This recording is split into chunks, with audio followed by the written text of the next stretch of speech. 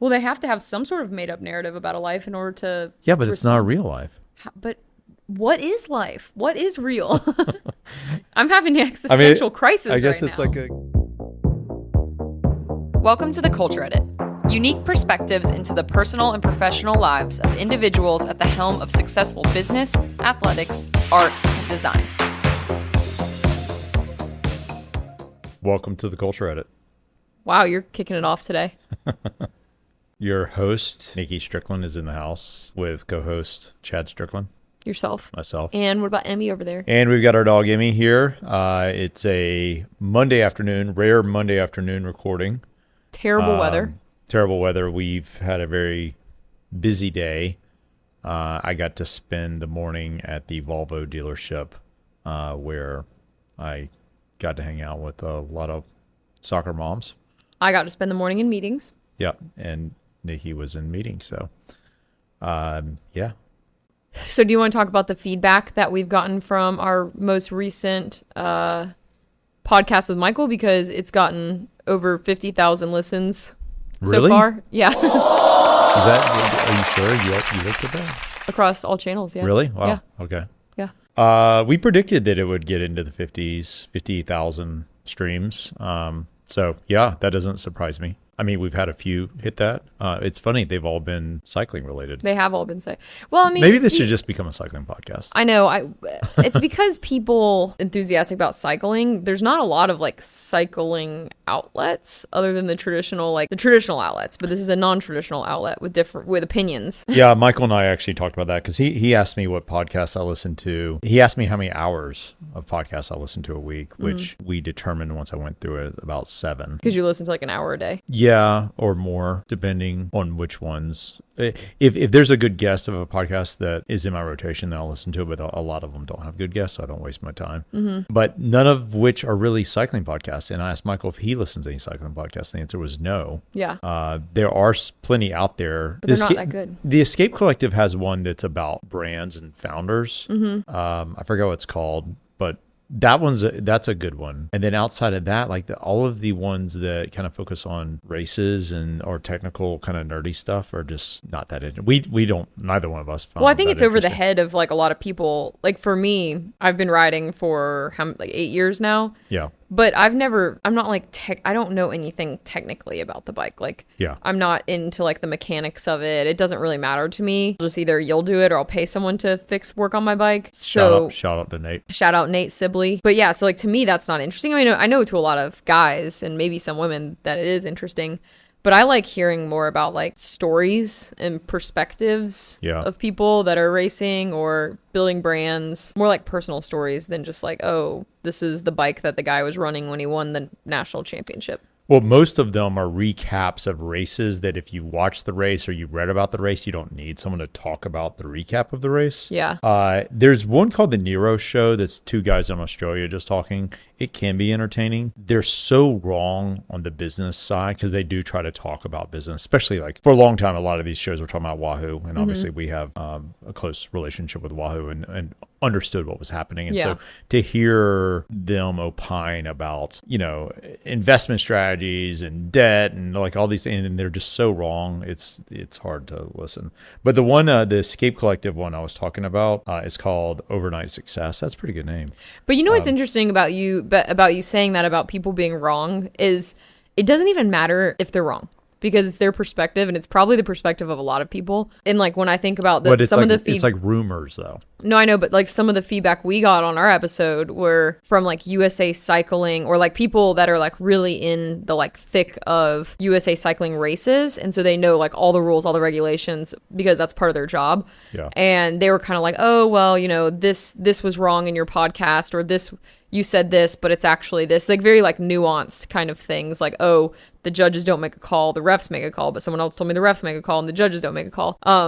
My point being is that doesn't even matter because it was our perception of how things went at the race. So great feedback though, otherwise, on last week's episode. I mean, I think most of the feedback wasn't around the drama at College Park, but it was really around Michael people learning about him as a human being. And because, you know, what you see people, it's just like when you see someone on the bike and they're really aggressive and they're really strong, you assume that there's going to be a certain personality that comes with it.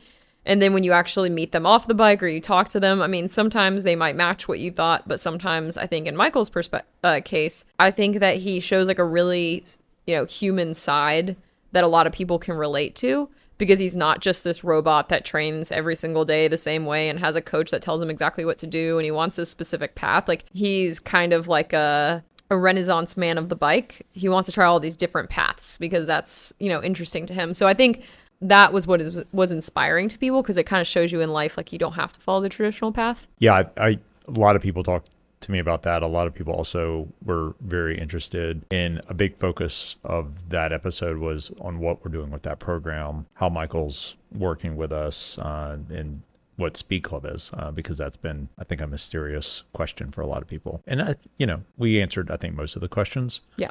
But knowing that, this is a new business venture for us that includes professional cycling management, brand building, media building, and membership club was, I think, enlightening to a lot of folks. And then the other thing that I got probably the most comments on or feedback on was Michael talking about the first race memory was me handing him a lucky dog. Which his mom brought the picture of him with the lucky dog and the exact lucky dog to our office. Yes, it's confirmed. So we got a picture of Michael with the lucky dog on that day. It would have been better if you were in the picture. It's crazy. It's crazy. I need to go back. I've got to actually, I think I have like a CD-ROM. CD-ROM? Yeah, full of pictures.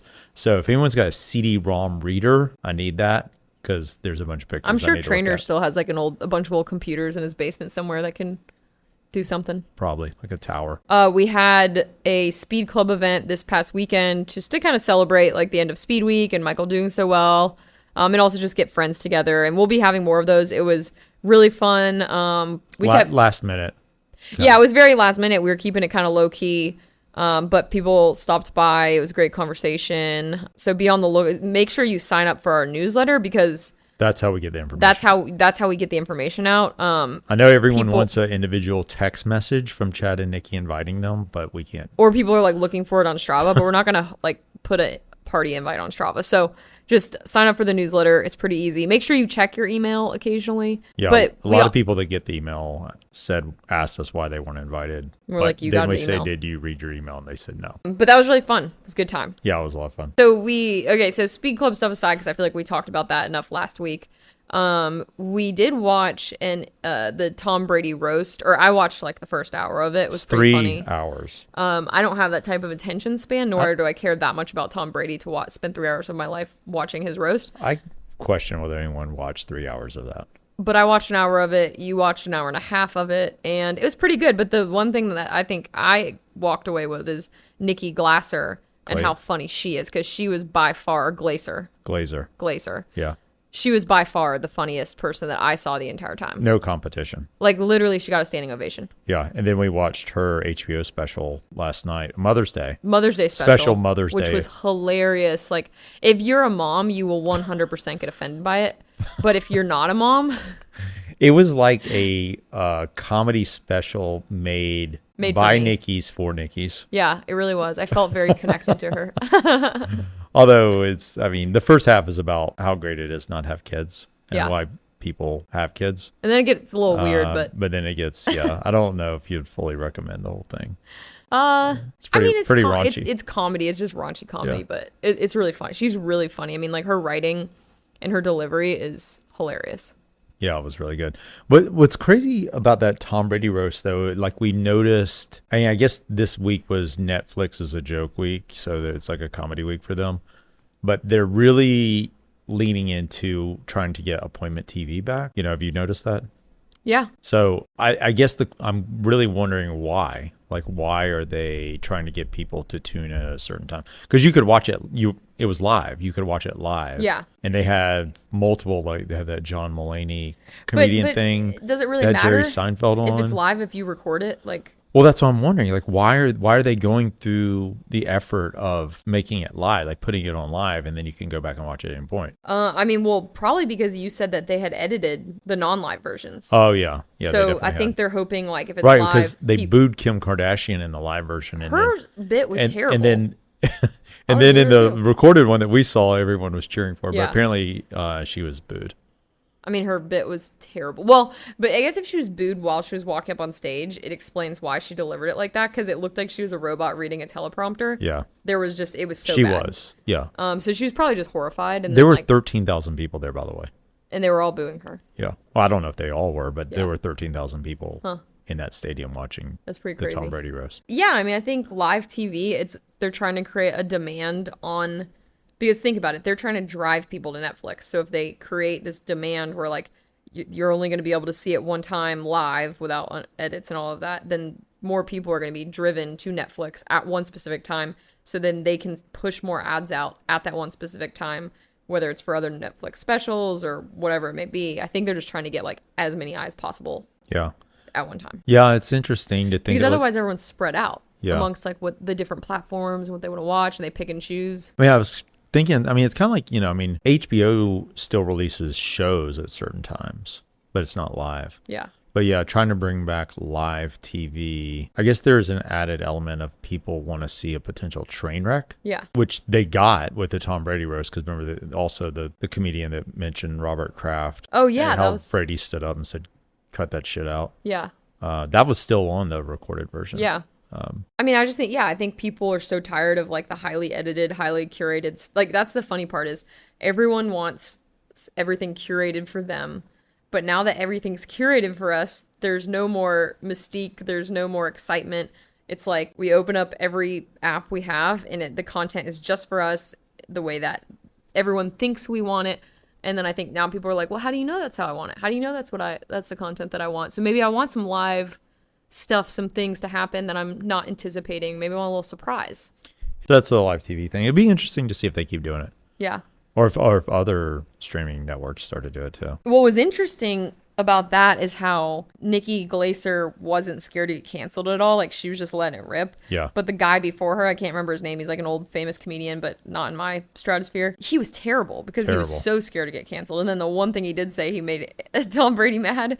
Right. I feel like everyone was scared except for Nikki, and you didn't see Julian Edelman. Mm-hmm. He was not scared.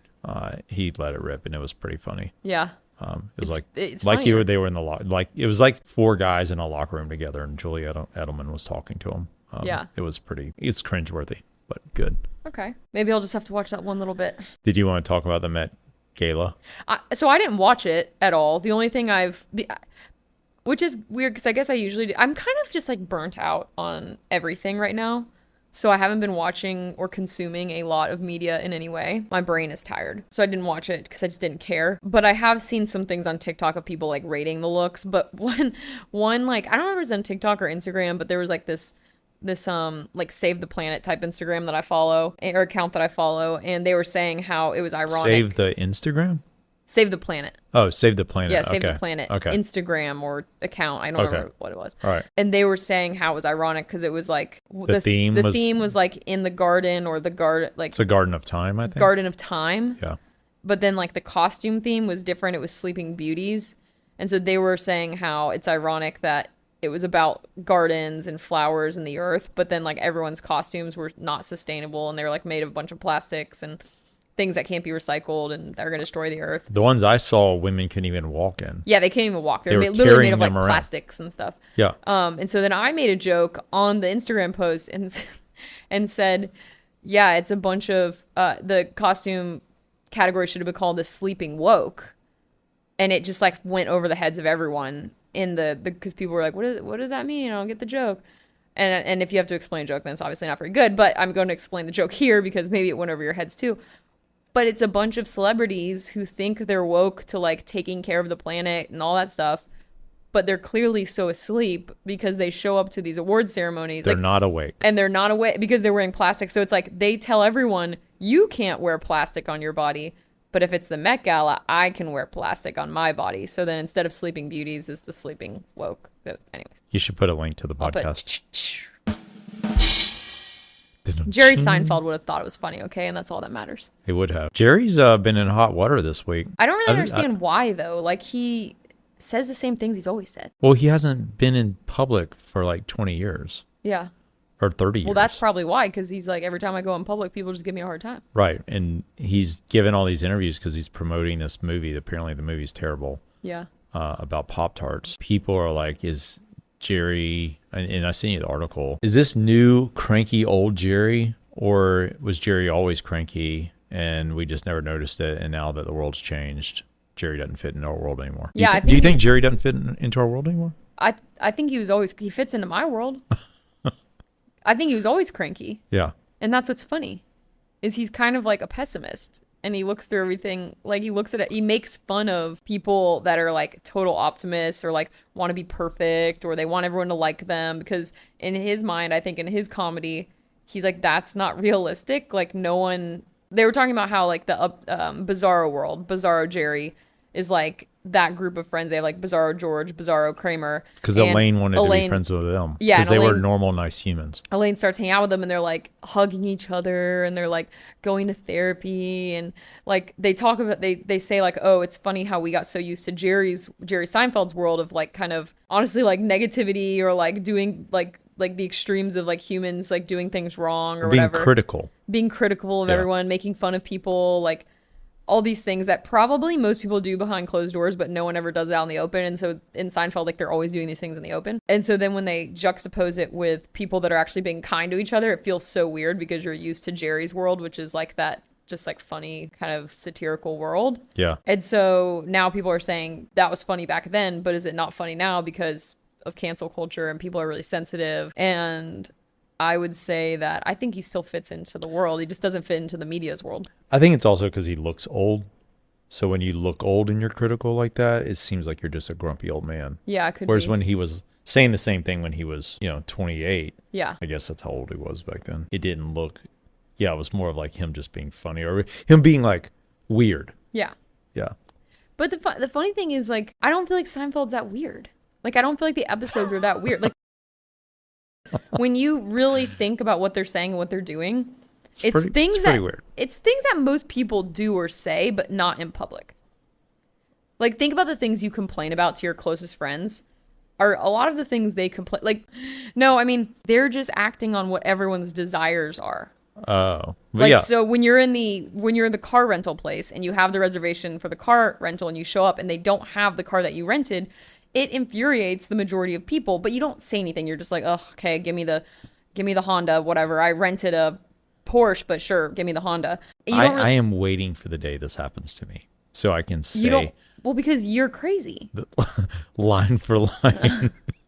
You're capable of taking the reservation. You just aren't holding the reservation. But see, that's holding is the most important part of the reservation. But that's why people think Seinfeld's funny, because they wish they could say that. Oh. They're just saying everything that everyone wishes they could say. Yeah. So that's why you still watch it every night. I love it. And because it's not filtered, it's like real comedy. Yeah, they definitely aren't afraid. I mean, that show could not exist today as a new show. And it's never political, ever. Yeah. Never political. No. Think about all the episodes. Nope. Today, all comedy is about politics. Yeah. It's about making fun of one side or the other. Seinfeld was literally just making fun of humans in general, just like a blanketed, like making fun of the human like population. Yeah. In the way we all collectively act. Yeah, it's true. Now it's like you are like pitted against each other in all comedy. So I don't like that. Yeah. I like Seinfeld. And I was thinking it's also very like Marvelous Mrs. Maisel too. Like that's why you liked it so much, because she kind of does the same thing on that show. Yeah, she makes fun of herself. She makes fun of like humans, not necessarily like one side of anything or the other. Yeah. But enough of Seinfeld. So something you brought to my attention. You said that now people are having relationships with AI. Where did you read this? Where did you hear this? I think it's in the New York Times or the Washington Post. There's actually a few articles. I think we're going to put it in our newsletter for this coming week. But people are engaging in relationships with artificial intelligence. And you're like, what do you mean relationships? I'm like, well, they're like texting AI and talking back and forth with AI, like as a friend. Yeah. Or as a romantic, like, remember the movie Her? Mm-hmm. Or even you think about the new Blade Runner with Ryan Gosling. Remember he had like that AI. Yeah. So that's like here, like it's happening. Like people are texting an AI bot as their friend. And you said that doesn't seem that weird to you. which weirded me out. It doesn't seem that weird to me because how is it any different than like a long time ago when people had pen pals that they were assigned to and they never met? Like, I remember when I was in school, they were like, oh, you can have a pen pal in China. And I was like, oh, okay, cool. Like, I'll write to this random person in China, like another kid, or hopefully another kid at another school in China. And so we would write to these kids that became our pen pals. And I never met I wish I remembered her name, but I never met her. I never knew who she was. And back then we didn't have like Facebook or Instagram or anything like that. So I didn't even know what she looked like. How is that any different than an AI relationship? Well, one thing, it probably was your teacher writing you back, not a kid in China. So someone that's fake. So that's on par with AI. But it's a human being, not a robot. That's how it's different. But what's the difference? It's fulfilling a basic need of like companionship and friendship and that feeling of like communication back and forth. But does it really matter if it's a human who you never meet or a non-human who you never meet? You say that, but if you sat there and talked to some guy and he was like texting on his phone, and you're like, who are you texting? You're like, oh, this is my AI girlfriend. You're like, that guy's weird as hell. Well, if he said it's my AI girlfriend, I mean, I think you should go more the pen pal route. That sounds less weird.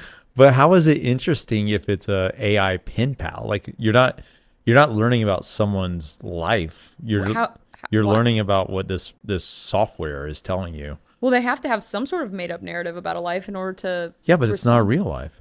But what is life? What is real? I'm having an existential crisis. Like, how do you know there's not like another universe that's just communicating with us through AI? Another universe? Yeah, like they're aliens. Like aliens? Yeah. I don't think we're there yet. I feel like we could go really deep down a rabbit hole on this one, but maybe we should test it. Maybe we should test it. My point is like, I feel like if someone being in a relationship with an AI keeps them from being so depressed that they harm other people, I think it's a good thing. Well, yeah, if you're going to go dark. Because a lot of people feel lonely, which is why they harm others or themselves. So maybe this is maybe this is the future of how people don't feel so lonely. That's all I was thinking. What was I just thinking of? In our newsletter this week, man, I keep mentioning our newsletter. By the way, go to nicheculture.com and scroll to the bottom and you can sign up for our newsletter. Yep. There is an article about how bad applicant tracking systems have gotten with AI. Mm-hmm. And this is our life. Like this is what we do with work a lot. We're seeing this. Like, so every HR based, software system, whether it's an applicant tracking system or an HRS, they're all cramming AI into the current products, and it's having pretty bad adverse impact on either the employee experience or the applicant experience. And so it's like so bad right now when you're applying for jobs that applicants are now taking AI to combat the ATS AI. And it's like you have battling AI. So it's like responding to each other. Yes. Like they're going in, they're using artificial intelligence. Maybe it's, I don't know, ChatGPT or whatever. Like, yeah. Take this application and respond to it. And so then they're just copy and pasting. It's going back and forth. So this has nothing to do, that's interesting, but this has to do with talent acquisition. And we didn't plan on talking about this, but it sparks my thought process because I've been thinking about this a lot of things that I've been seeing in talent attraction that companies need to stop doing. Like, you need to stop doing this because I've seen it directly impact friends, and I think it's impacting your brand as an employer. Is there a list? Well, okay, do we need to get? Oh, there's two things. Two things. I'll keep it simple. Get your pen out. The first one. So there's one thing you should be doing and one thing you shouldn't be doing. Nikki's fired up. By the way, I can tell. The one thing you should be doing, you need to have pay transparency. I know this is going to be extremely controversial, especially with our clients in Georgia because it's not required here. But I think that if you are trying to attract people from outside of the state for non-remote roles or remote roles, but probably more for non-remote, like, you need paid transparency because so many other states are just doing it now that it looks weird. If I go on a website or a career site for the 10 companies and 8 companies have paid transparency, but you don't have paid transparency, I'm not even going to apply at your company because it seems strange now. Where a few years ago, before all of this, it would have seemed strange to have paid transparency. It's reached expectation level. Like, exactly. I expect to understand what the range is for this job. And if you aren't doing that, then it raises a red flag for me. And I went to dinner with a good friend who she recently left a very large company, a very famous company that rhymes with Schmoogle. But I won't say the name, but she's been going through the application process, and we were talking about how that seems, I think the reason it raises a red flag, even though I know the companies that aren't posting paid transparency would say, well, it's because we've already gone down this rabbit hole of our job descriptions don't have that. It would be a big internal struggle to be able to agree on the pay structure. A lot of things happen, in the background after people already apply of how much we want to pay them. 100% understand that. But they all have a range for that. But they all have a range. Yeah. And it seems like you're ashamed of how much or how below that's what I was going to say market you're paying people, and that's the only reason that you don't want to put pay transparency, because if you're at market or you're above market, why wouldn't you be transparent? Yeah, that's what I was going to say, is it raises a red flag, and that red flag might be because this company's philosophy is below market. Now, and they know it, and they don't want to bring attention to it, but you've already done that by not providing a range. Exactly. But yeah. I will say, because not every company has the ability at the snap of a finger to essentially raise every role up to at market pay. No. It takes years. It can take a lot of years if you're really far behind. But to combat that and say, okay, so we're gonna rip this Band-Aid off, we're gonna have paid transparency, but we're still a little bit below market for these roles. However, you combat that by having a great culture and by communicating that great culture. So in that job description, I think it's to be very clear, what you're going to get here is more than just money. And you kind of list out, ideally you'd have a video that talks about your culture, or you'd have some sort of, interviews or something like that with people who work there, so that you really can showcase what you're getting out of it, the promises that the companies are upholding to you if you go work there, the quality of life. You have other things to balance it out. But I won't go down that rabbit hole right now because it's a very long one. I just want to say, if you don't have paid transparency, you're losing out on a lot of talent. So, yeah, and what you were touching on is something that we work with our clients on all the time around a new approach to employer value proposition, which is positioning your commitments to the employees. What most organizations are telling you what they expect from you, and we're challenging clients to think about, how do we tell applicants and potential employees what they should expect from us? That what they expect from us, that commitment, can most of the time is way outside of compensation. It's all these things that are positioning them as a more attractive culture, to your point. Yeah. Yeah, exactly. So that's number one. So number one, that's what you should be. You should be having paid transparency or listing the range. Can I say this? Oh, you make $95,000 a year. Make a range between 70 and 90. That's a big, 20 grand is a big range to work within if you feel that certain candidates, maybe the best candidate doesn't have as much experience, so you start them at the lower range, or vice versa. And if you, we get so many people reaching out to us about open jobs that they have, asking us to share with their network. I can tell you right now, if you do that, Nikki's first question is going to be, what's the salary range? Well, it's funny because I did do that recently. I didn't even really think about it, but my first logical question was, okay, if the question to me is, hey, do you have any friends or do you have any acquaintances that would be a good fit for this role? My immediate response is, well, what's the salary range? Because in today's world, if people are going to move cities or they're going to change jobs, you can't do that for an unknown. Yeah. It's not worth it. And it's not worth wasting the time to apply an interview if you don't even know what, what are you even applying for a compensation perspective? It just seems like a natural question to ask back, but I guess it's not.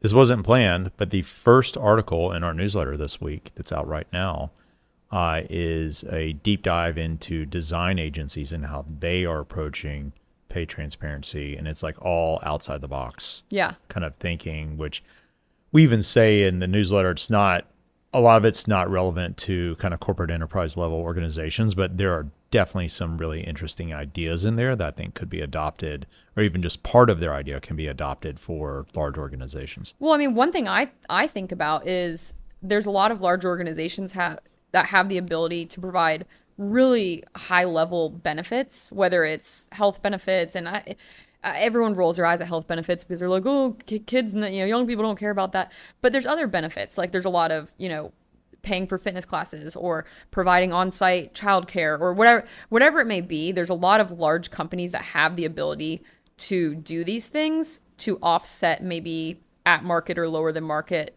pay. So put that in there. The range doesn't have to just be straight cash compensation. The range can say, this is the this is your base salary.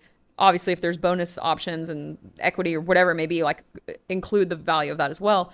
But include like, we offer, on-site, we have a 30,000 square foot gym that you can use at any time. Like that's worth on average in this, in Atlanta, X amount per month for a gym membership. Or that's a real thing one of our clients has. Yeah. And it's amazing. Sit down and actually calculate. It sounded made up, but it's real. No, it's real. Like sit down and calculate. One of our clients has a really cool benefit, or I think this benefit's cool, where they will actually call a like boutique fitness studio. So like let's just say yoga, for instance, and they'll either cover the cost of the classes fully, or they'll negotiate a rate for you. And so put a price tag on that. Put a price tag on everything you're offering your employees. It doesn't have to just be a base salary. It takes time. But, I think it's worth it to give the holistic picture of how much you're actually giving employees versus just like laser focus on a base salary range. The other reason some of those employers aren't doing that or willing to do that in states that haven't been required, because it's a lot of hard internal strife to deal with. Probably they're probably in a lot of these roles, they're probably dealing with wage compression. Mm-hmm. So they're hiring people in at a higher rate than they currently have, than they're currently paying people for the same job. For sure. And so they don't know how to handle that. And there are certainly several great approaches to doing that. But I think that's probably a big part of it too. Like they're worried about internal turmoil as a result of the wage compression that's happening right now. And that's happening at a lot of places. But at the end of the day, that is a struggle, but it doesn't really matter it's like saying, do we want the pain to happen before or after, like the hire? Oh, it's inevitable. Because it's inevitable. Like once you hire someone, they're going to tell their coworkers what they make, especially like with the old guard, people never talked about salary. Like, you know, 30 years ago, you didn't talk about how much you made. That was very taboo. 10 years ago. I think maybe 10 years ago people started, because I went into the workforce, like 13 years ago, and people were talking, like we all talked about how much we made. Really? Yeah. When you first started? At the Braves, yeah. Oh. Yeah, we all talked about how crappy the pay was. Yeah. But so I would say shout out to the Braves. I mean that's an organization. This episode brought to you by the Atlanta Braves. I will say that's an organization that they admittedly they say they pay way below market. Yeah, they can. But there's tons of perks, and when you go into the job, they tell you we don't pay a lot. Hope you're okay with that. Hope you got a safety net. You get to put on a mascot uniform. You might not be able to afford anything. Run in the Home Depot race. But there's a lot of perks. What's that worth? What was that worth for you? For me, not enough, because I didn't stay there. But I can see how if you really love sports, like there's a lot of perks working for a sports team that you might value over salary. Yeah, you said you were the only person, you were pretty sure you were the only person that worked for the organization that wasn't a baseball fan. 100%, yeah. Like the only one. That's why they put me in charge of alumni, because I didn't know who any of them were. Because you didn't know who so I Mark wasn't, Lemke was, and you're like, I don't care who this no old guy idea. is. I just thought they were like, older, nice gentlemen.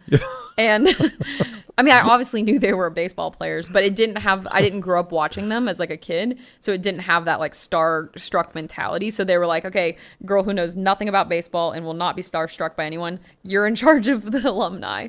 But it was fun. They were all really nice. I remember you being like, I talked to this guy, Tom Glavine. It's like, man, my granddad would be so jealous right now. Yeah. They were all super, super nice though. So that was a good job actually. I loved that job. It just didn't pay enough.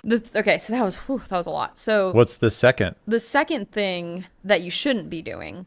Should not be. Should not. So the first was what you need to do. The second is what you should not do. The second thing you should not do. You should not do. Yeah. You should not list a job as remote if it's not actually going to be remote. And I know people are like, oh, who would do that? You'd be shocked. I think because like it goes back to what we talk about, people's companies and hiring managers and departments still haven't quite planted their flag of like, are we remote work? Are we partially? Are we, whatever?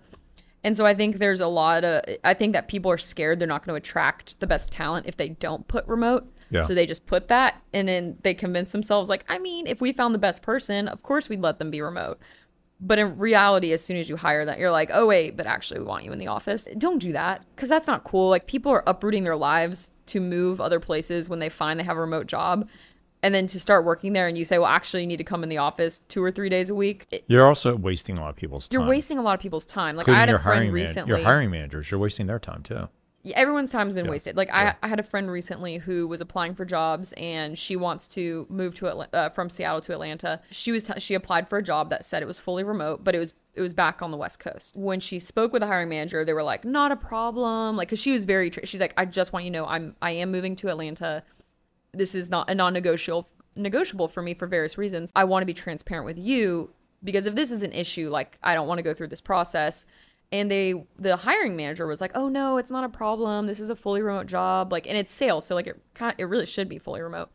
So she goes through, I mean, weeks and rounds and rounds and rounds of interviews. Like, they made her do a presentation. It was like pretty over the top interview, actually, or from what I've seen. When she didn't get the role, the feedback was, well, it was because you're moving to Atlanta and the other person is here in California or wherever it was. Yeah. On the West Coast. And it's just kind of like, okay, that would have been, why didn't you just tell me that up front, you know? Yeah. And it's like everyone's hedging their bets at the expense of wasting everyone's time. So don't hedge your bets. Don't waste everyone's time. Just be transparent. I guess that's this whole theme right now, right? Transparency. There you go. So yeah, I mean, be more transparent. Be more transparent. A lot of these decisions are being made at a very high level by heads of HR, heads of talent that they're not as attuned, I think, to the sentiment of applicants and what's happening today. And that's one thing that we've been talking about, is that those individuals that are making these decisions, they need to take the time to go through the process. Yeah. To go through the hiring process. If you go through the hiring process from search to onboarding, I guarantee you, as a people leader, you're going to change 50 things. Yeah. Just do it. Just go through it. And the thing it takes a day. All my, I know right now, all my folks that worked with me at Aaron's that were on the talent side are going, yeah, we know that very well, because I would go through that process and I would come back with a long list of things that just like, it doesn't make sense. And the reason it doesn't make sense is because so many different people are involved in the decision-making process that are completely disconnected from strategy to compensation to technology. The technology ends up driving half the decisions. Yeah.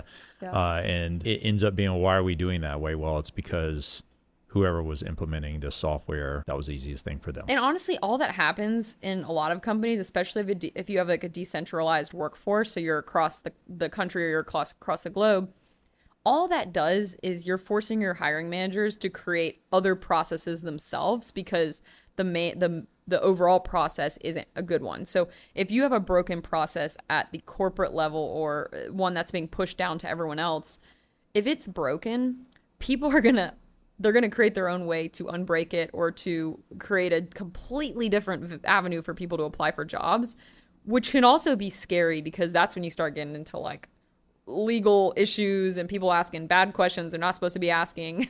So it's not just like, oh, experience, but if you have a bad process, you're putting your company at risk by having a bad process, and people get out of control. And most people aren't lawyers. They don't know that they can't ask, how far along are you? Oh, you're pregnant? We can't hire a pregnant woman because you're going to go out on maternity leave. Like, you can't say that. Yeah. But you'd be shocked at the amount of people, specifically men, that would want to ask that question, because they feel like, oh, well, yeah, that makes sense. You know? Yeah. I need someone here. Huh? I need someone here. I need someone here. Not someone that's but going you to be can't on say that. maternity leave. But if the process is broken, they're going to find other ways, and they're going to ask the wrong questions, or go in the wrong places to look for people too.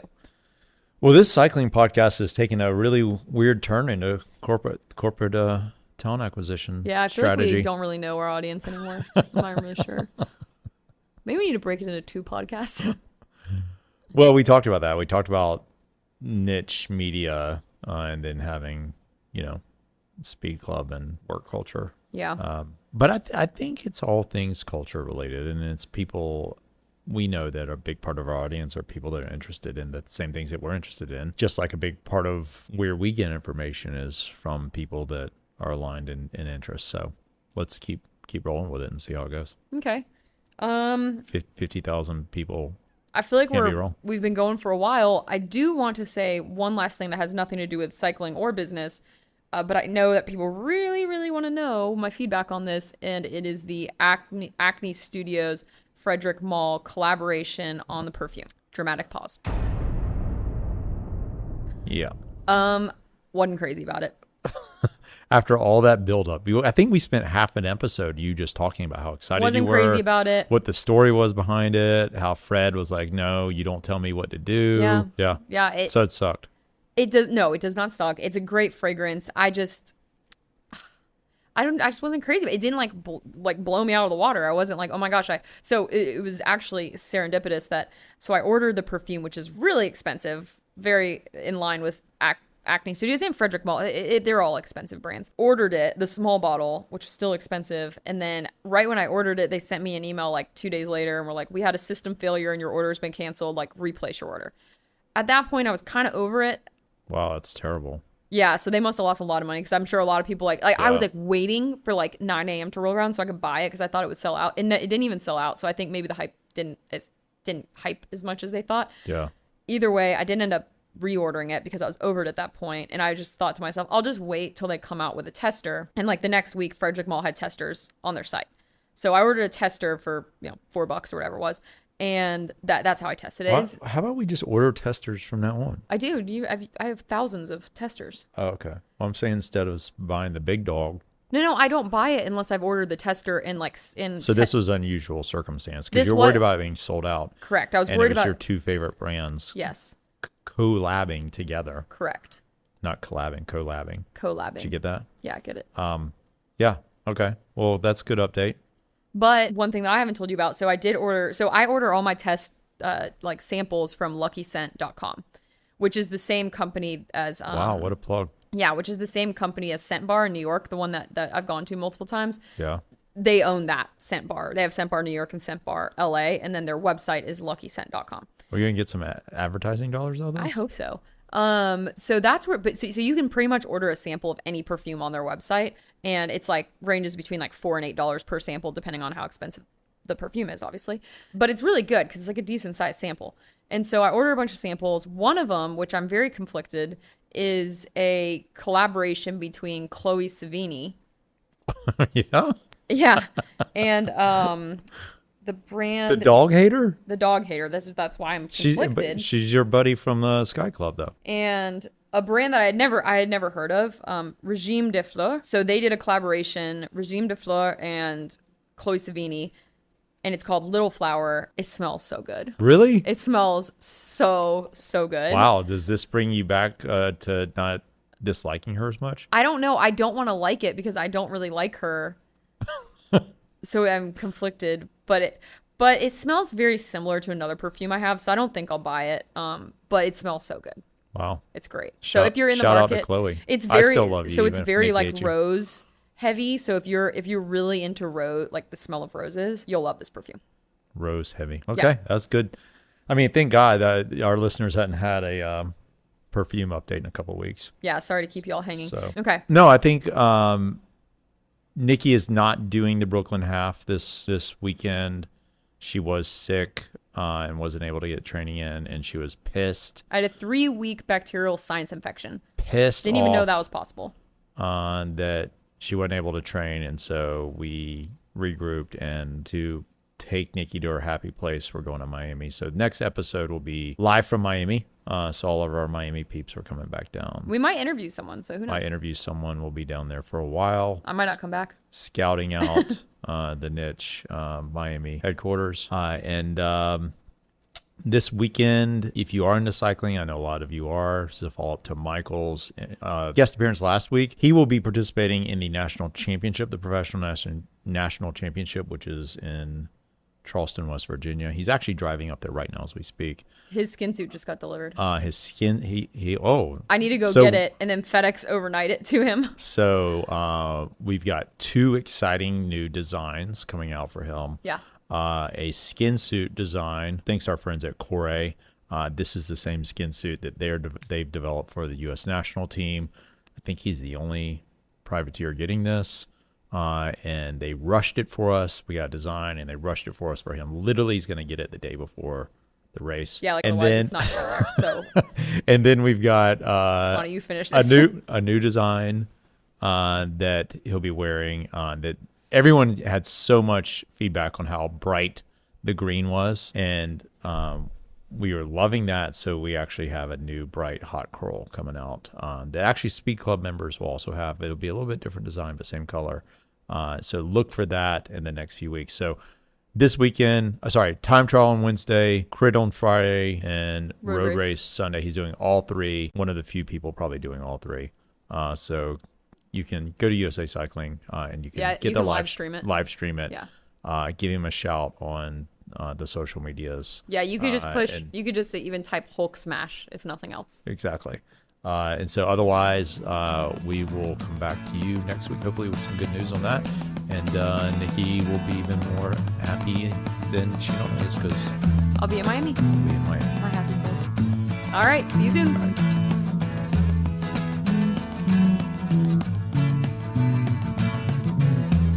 Leaves are falling all around. Time I was on my way. Thanks to you, I'm much obliged for such a pleasant stay. But now it's time for me to go. The autumn moonlight's my way. But now I smell the rain, and with it pain, and it's heading my way.